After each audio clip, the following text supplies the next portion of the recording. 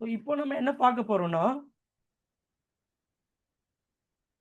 எப்படி ரவுட்டர்ல ஒரு loopback interface create பண்றது அப்படின்னு பார்க்க போறோம். இது R1 ரவுட்டர். இந்த ரவுட்டர் லாகின் பண்ணி CLI நோ நோ குடுத்துட்டு எனேபிள்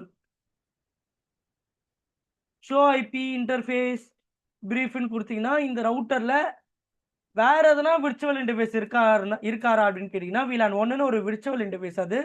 அத விட்டுருங்க. எல்லா ரவுட்டர்லயும் அது இருக்கும். ஆனா வேற எதனா அத தாண்டி விர்ச்சுவல் இன்டர்ஃபேஸ் இருக்கா அப்படின்னா, இல்ல. 2 பிசிக்கல் இன்டர்ஃபேஸ் இருக்கு. நம்ம என்ன பண்ண போறோம்? விர்ச்சுவல் இன்டர்ஃபேஸ் கிரியேட் பண்ண போறோம். ரவுட்டர் போயிட்டு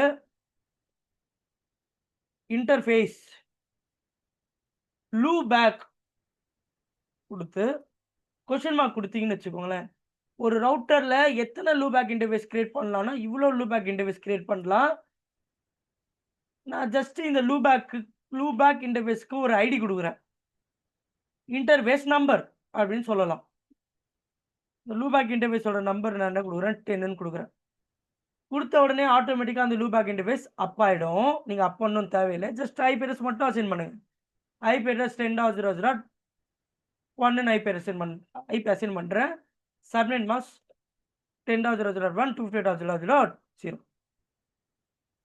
நோ ஷட்ன்னு குடுத்தாலும் இங்க லாக் எதுவுமே வராது. ஏன்னா, பை டிஃபால்ட்டா நீங்க லூபேக் இன்டர்ஃபேஸ் கிரியேட் பண்ணா அது அப் ஆயிடும் அந்த இன்டர்ஃபேஸ். எக்ஸிட் அடிங்க. எக்ஸிட் அடிங்க. எக்ஸிட்.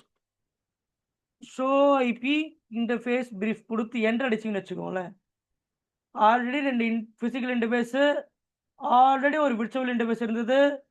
இப்ப புதுசா ஒரு விர்ச்சுவல் இன்டர்ஃபேஸ் உள்ள வந்திருக்கு. அதுதான் loopback interface. Loopback interface it's a virtual interface.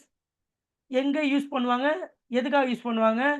அப்படின்னா ரவுட்டர்ல யூஸ் பண்ணுவாங்க. ரவுட்டர்ல மட்டும் இல்ல, இன்னும் சில டிவைஸஸ்லாம் லூபேக் இன்டர்ஃபேஸ்க்கு யூஸ் பண்ணலாம். இங்க நம்ம ரவுட்டர்ல மட்டும் கிரியேட் பண்ணியிருக்கோம்.